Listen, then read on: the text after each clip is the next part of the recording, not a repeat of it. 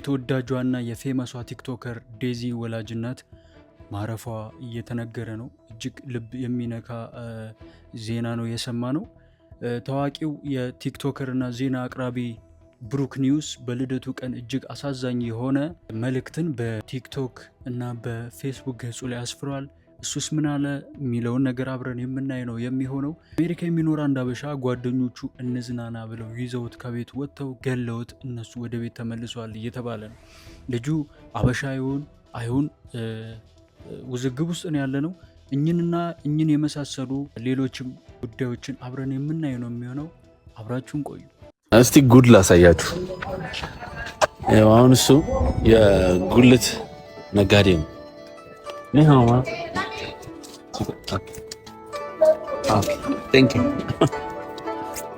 የጉልት ነጋዴ ነው እና this is his car እሱ መኪና ነው።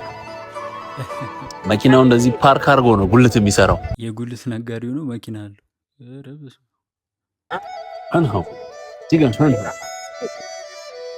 多少钱10元7元10元1斤太贵了不贵太贵了当地特水果太贵当地水果 Hello 你好ያው እነሱም እዛ ጋር መኪና አላቸው መኪና ያለው የጉልት ነጋዴ ኢትዮጵያ መቼ ነው የሚኖረው? ይገርማል። የጉልት ነጋዴ እኛም ሀገራችን ላይ ወደፊት የምናየው የሚሆን ይመስለኛል። ተስፋ እናደርጋለን። እስኪ ይሄን ቪዲዮ አይተን እንመለስ። ሃይማኖት ስፍራዎች ላይ ሴት ልጅ ምንድናት? አይደር ረዳት ናት፣ ኦር አሳሳች ናት፣ ወይ ደግሞ መቀጣጫ ናት አይደለ? ከነዚህ ሶስት ውጭ ጤነኛ ወሮ ራሱ በስነ ስርዓት የሚሰበክ አይመስለኝም። እኔ ሲሰበክም ተብሎ ነው የሚደመጠው ከስሬር ስለሆነ አይደል። በነገራችን ላይ ሃይማኖትን እንዲህ በድፍረት የሚዘረጥጥ የሚሳደብ የሚሳለቅ ሰው ካገኛችሁ ፕሮባብሊ ፌሚኒስት ልትሆን ትችላለች። አትሳሳቱም። ፌሚኒስት ሆናለች ብትሉ ሞስት ፕሮባብሊ ልክ ነው የምትሆኑት። እኔ በጣም እየሰለችኝ ነው ይሄ ጉዳይ። በተለይ በፌሚኒስት ዙሪያ የሚወሩ ነገሮች፣ እነሱ ፌሚኒስቶች የሚያነሷቸው አልፎ አልፎ ሀሳቦች፣ በተለይ ሃይማኖት ነክ ነገሮች በጣም ነው እየሰለችኝ። ተሰብስበው በየላዩ ላይ እንዴት ነው ሴቶችን ከእምነት ተቋማት የምናወጣው? ሃይማኖት ራሱ ዲዛይን የተደረገው በወንዶች ስለሆነ ፓትሪያርኪያል ስለሆነ ሴቶችን ጨቋኝ ነው፣ እንዴት ነው ከዛ ሲስተም የምናወጣው ነው የሚሉት። ስለዚህ ሃይማኖት ደግሞ እንደ አንከር ሆኖ ከያዛቸው ነገሮች መካከል ቤተሰብ ነው። ባይዘዌይ ስለ ቤተሰብ ስለ ባልና ሚስት ለመናገር ስፒሪቹዋል መረዳት መንፈሳዊ መረዳት ሊኖራችሁ ይገባል። ለምን? ሶርሱ በራሱ እግዚአብሔር ስለሆነ። እኔ ለክርስቲያን ሴቶች ልንገራችሁ፣ የሆነ ነገር ስትሰሙ የሰማችሁትን እንደ መጽሐፍ ቅዱስ ቃል ፊልተር ታረጋላችሁ ታጠላላችሁ እንጂ የእግዚአብሔርን ቃል እንደሰማችሁት መረጃ አይደለም የምታጠሉት። የእግዚአብሔር ቃል ንጹህ ነው። የምታምኑ ከሆነ በህይወታችሁ እውነት ንጽህናውን፣ መልካምነቱን፣ ደግነቱን፣ ቀና ማለታችሁን የምትመሰክሩ ሴቶች ካላችሁ ወል ለእናንተ ነው። እግዚአብሔር በገነት አዳምን ከፈጠረ በኋላ የሚመች ረዳት፣ አሁን ይቺ ልጅ ሴቶች ረዳት አይደለንም ራሳችን ሜን ካራክተር ነን፣ የባል የምን ረዳት ነው?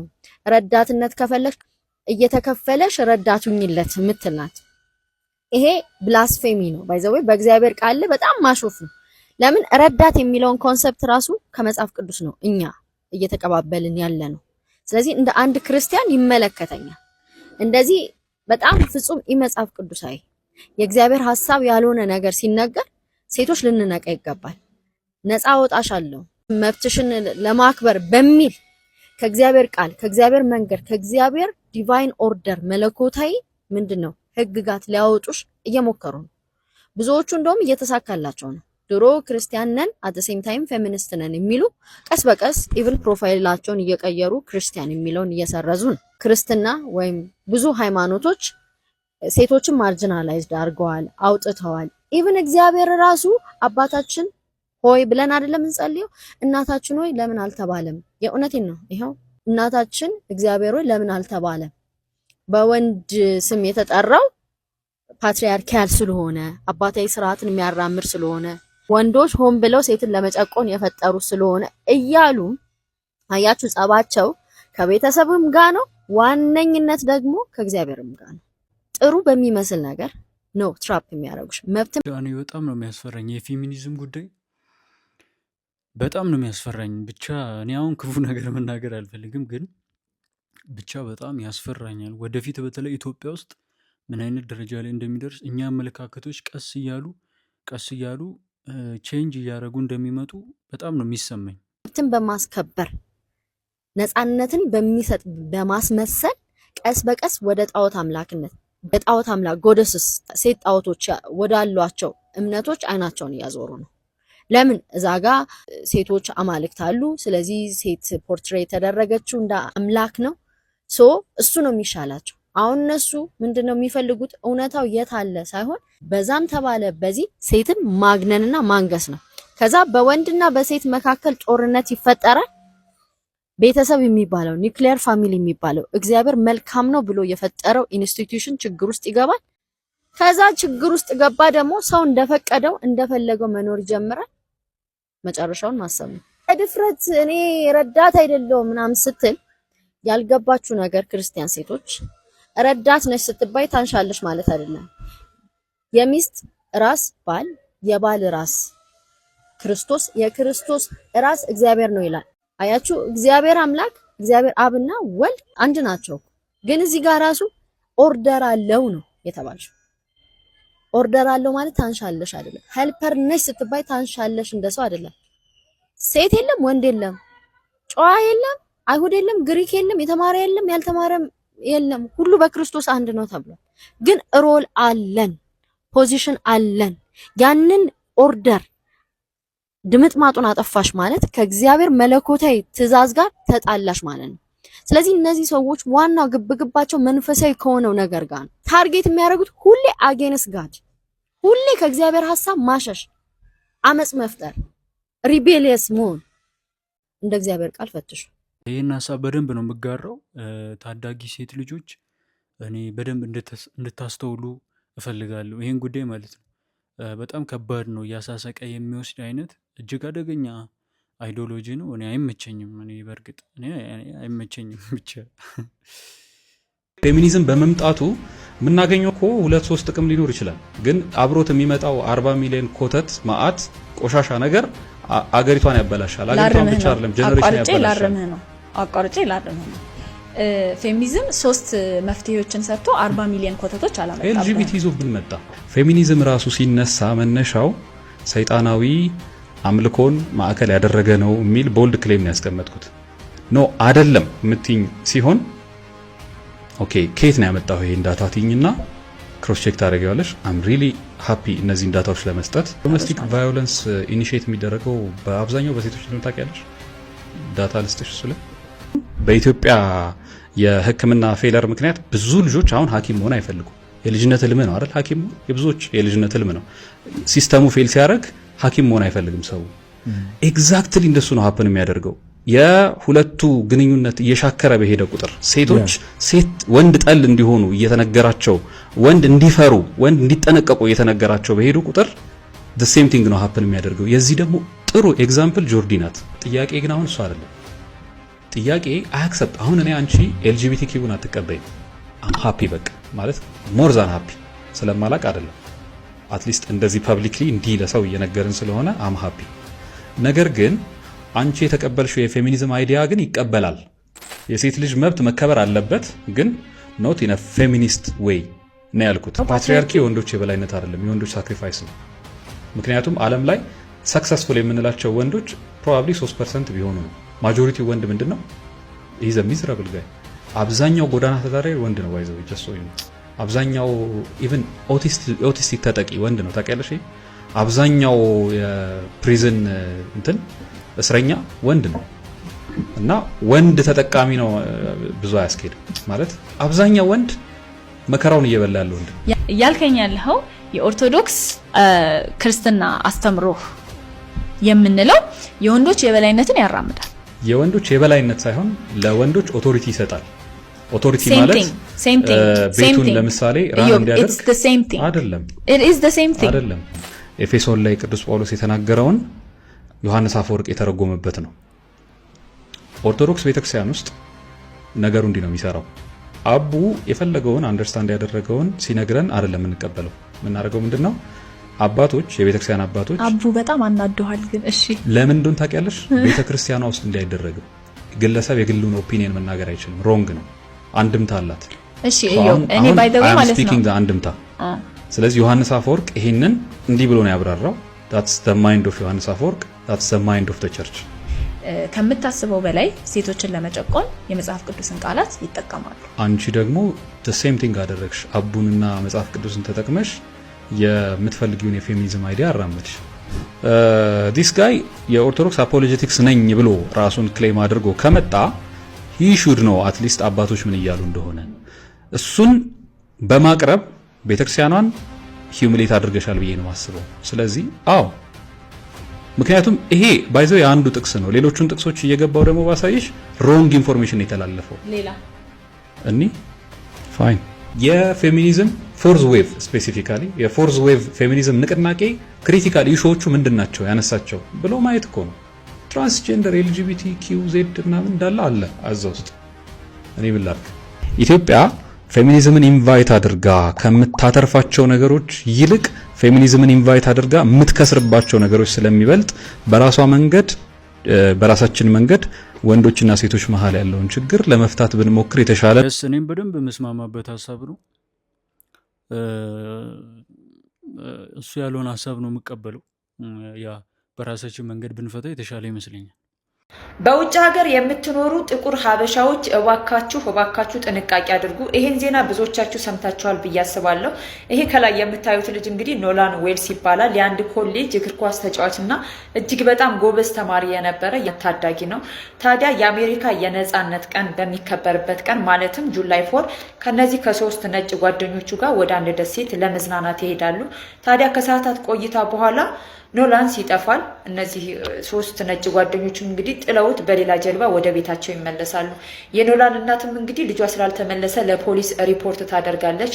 ታዲያ የኖላን አስክሬን ከ2 ቀን በኋላ አንድ የባህር ዳርቻ ውስጥ እንደዚህ ይገኛል ማለት ነው። ስለዚህ ሀበሻዎች እባካችሁ የነጭ ጓደኛ ስትይዙ እንደናንተ ጥሩ አስተሳሰብ ላይኖራቸው ስለሚችሉ እባካችሁ ጥንቃቄ አድርጉ። እስኪ ሀሳባችሁን ኮሜንት ላይ ያስቀምጡልኝ። እንደሰማችሁት ነው እንግዲህ እንዝናና ብለው 3 ነጭ ጓደኞቹ እሱ ጥቁር ነው ይዘውት ወጡ። ራቅ ወዳለ ደሴት ነው የወሰዱት። እዛ ከተዝናኑ በኋላ እነሱ ብቻ ነው ወደ ቤት የተመለሱት። እሱ ሞቶ ነው የተገኘው በ3ኛው ቀን እና አበሻ እንደሆነ እየተወራ ይገኛል። አሁን አበሻ እንደሆነ ነው እየተወራ ያለው። ግን ደግሞ ሌሎቹ ደግሞ ሲዘግቡት አበሻ ነው ብሎ አይደለም እየዘገቡ ያሉት። እጅግ አወዛጋቢ ነው አበሻ መሆኑ። ግን አበሻም ሆነም አልሆነም ራሳችንን መጠበቅ አለብን ነው። እዛ ውጭ ላይ የምንኖር ሰዎች ነጭ ጓደኛ ያለን ሰዎች ወይም ደግሞ ከነሱ ጋር ጓደኝነት ያሰብን ሰዎች ልንጠነቀቅ ይገባል። ያው ዘረኝነቱ እጅግ ይታወቃል። በቃ ማይለቅ ነገር እንደሆነ የዚህ የጥቁሩ ልጅ ታሪክ በጣም ነው የሚያሳዝነው። በነገራችን ላይ ከማይሆን ጓደኛ ጋር ጓደኝነት መፍጠር መጨረሻው ይሄ ነው። ይህ ጥቁሩ እንግዲህ ከ3 ነጭ ጓደኞቹ ጋር ይሆንና ማለት ነው ወደ ሆርን አይስላንድ ይሄዳል። ሆርን አይስላንድ ደግሞ የምትገኘው ሚሲሲፒ ነው። ይህንን ጉዞ ያደረጉት በጁላይ 4 ነው። ጁላይ 4 ደግሞ በአሜሪካ 250ኛ ዓመቷን እያከበረች ነበረ፣ ነፃ የሆነችበትን ኢንዲፔንደንት ዴይ ማለት ነው። እነሱም ያንን ለማክበር ነው አንድ ላይ ሄዱት። ጓደኞቹ ወደ ቤታቸው ሲመለስ ይህ በምስሉ ላይ የምታየው ጥቁሩ ልጅ ኖላን ዌልስ አልተመለሰም ነበረ። ከ2 ቀን በኋላ በጁላይ 6 ሬሳው ተገኘ ማለት ነው። እንግዲህ ይሄ በአሜሪካ ከፍተኛ የሆነ መነጋገሪያ ርዕስ በዜናውም ሆኗል። ቤተሰቦቹ አለ የተባለ ጠበቃ ቤን ክራምፕ ይባላል። ይህ ጠበቃ እንግዲህ ቀላል ጠበቃ እንዳይመስላችሁ። ከዚህ በፊት በአሜሪካ ጆርጅ ፍሎይድ የሚባል ታዋቂ ጥቁር እንደተገደለ ታውቃላችሁ፣ በፖሊስ ተረጋግጦ ለቤተሰቦቹ ጠበቃ የሆነ ነው። አሁንም ደግሞ ለነዚህ ቤተሰቦቹ ጠበቃ ቀጥረዋል። ይህ ጠበቃ እንግዲህ ፖሊስ የራሱን ኢንቨስቲጌሽን እንዲያደርግ ከፍተኛ የሆነ ትዕዛዝ አስተላልፏል። እሱም ደግሞ የራሱ ቡድኖች አሉት፣ ኢንቨስቲጌሽን የራሱ ቡድኖች እንዲያደርጉ የተለያዩ ትዕዛዞችን አስተላልፏል። ምክንያቱም ቤተሰቦቹ ፍትህ ይገባቸዋል ብሏል። ከዛ በተጨማሪ ደግሞ የሬሳ ምርመራ እንዲመጣለት ጠይቋል ማለት ነው። ይህ በጣም አሳዛኝ የሆነ ክስተት ነው። ምክንያቱም አስቡት እንግዲህ እናንተ ከ3 ጓደኞቻችሁ ጋር ሆናችሁ የነጻነት ቀንን ለማክበር ወደ ደሴት ሄዳችሁ ጓደኞቻችሁ ተመልሰው እናንተ ግን ሞታችሁ ስትገኙ ማለት ነው። በጣም ነው የሚያሳዝነው። እንግዲህ ያው እንዳልኳችሁ ነው። በስፋት ዜናው እየተሰራጨ ይገኛል። ያው ውጭ ላይ የምትኖሩ አበሾች በጣም ጥንቃቄ ልታደርጉ ይገባል። ልጁ አበሻ አይሁን እስካሁን አልተረጋገጠም፣ ግን እናንተ በደንብ ጥንቃቄ አድርጉ። ያው ዘረኝነቱ እስካሁን እንደቀጠለ ስለሆነ ማለት ነው።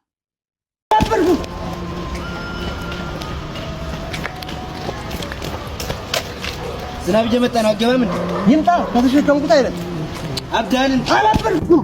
እያሰብኩ ነው። ያለ ምክንያት ላለቀ እድሜ እያሰብኩ ነው። ወደፊት እንዴት እንደምኖር እያሰብኩ ነው። ልጆቼን እንዴት እንደማሳድግ እያሰብኩ ነው። ቀዳዳዬን ለመድፈን እያሰብኩ ነው። ሰው ብቻውን ሲያወራ ያብል ይመስላችኋል? ሰው የጠላ ይመስላችኋል? እያሰበ ነው። ቀዳዳውን ለመድፈን እያሰበ ነው። ችግሩን ለመሙላት እያሰበ ነው።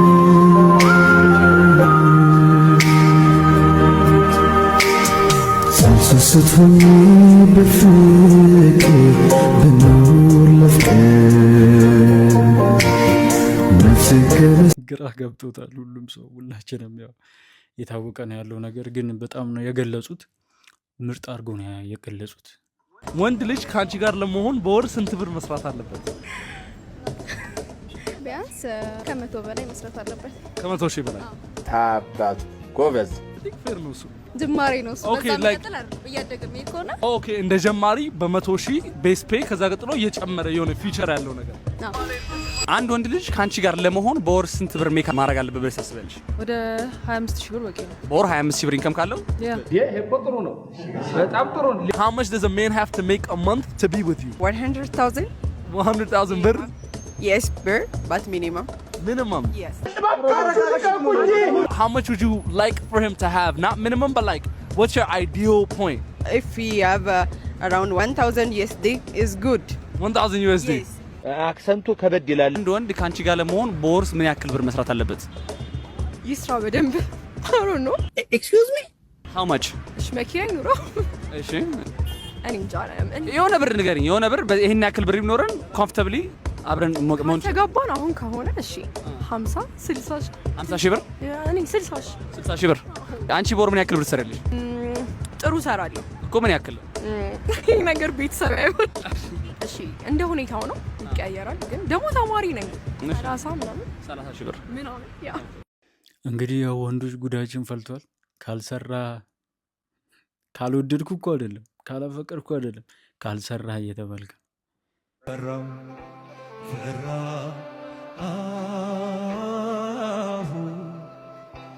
ልግባው ያለ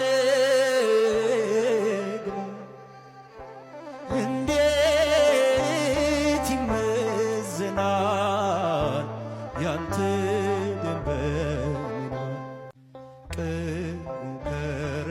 እንግዲህ ያው ኮሜዲያን አርቲስት አለማየሁ በጣም ታሞ ነው ያለው። እግዚአብሔር ይማረው። እንግዲህ በጣም የሚያሳዝን ሁኔታ ላይ ነው የሚገኘው። በደሌን ሳትመዝን ግባ ብትለኝ ኃጢአት የከበደኝ አላራመደኝ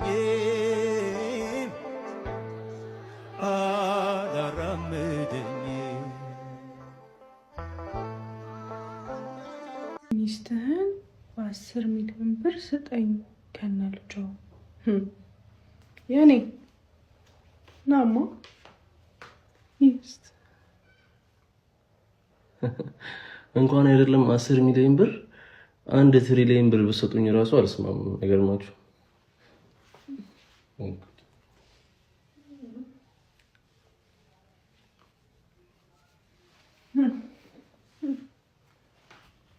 ካከበረ ተጠንቀቅ። እውነቱን ከፈለክ ያላከበረህን ፈልግ። የጠላህ ሰው ልክነትን የነገረህ ነው በጣም ካለ ለምን ጠላትህ ነው ለእውነትህ መስካሪ እንጂ ወዳጅ አይደለም። ወዳጅ ባይዘው ይመስክሩልህ አያውቅም። ይሁዳ is better than the friends the evil the enemy። ለምን ይሁዳ ባይኖር ክርስቶስ ተሰቅሎ ክርስትና እንዲፋይን አታረግም። ይሄ ፋክት። አቡ ጀህል ባይኖር የፕሮፌቱን ትልቅነት ማየት አትችልም። እኔ ጠላቶች ናቸው የሚመቹኝ። ስለዚህ ክርስትናን ለመረዳት ይሁዳ የተሻለ ያስረዳኛል፣ እስልምናን ለመረዳት አቡ ጃህልና አቡ ሱፊያን የተሻለ ያስረዱኛል። የጠላቱን ማንነት አብሮ እየበላ እየጠጣ የሰው ልጅ አሳልፎ ይሰጣል እየነገረው እንዲህ ፊት ለፊት ይሄን ዘመን አይናገርም። ያ በጣም የሚገርም ሀሳብ ነው ያነሳው። ብሩክ ኒውስ አንድ አሳዛኝ መልእክትን አጋራ።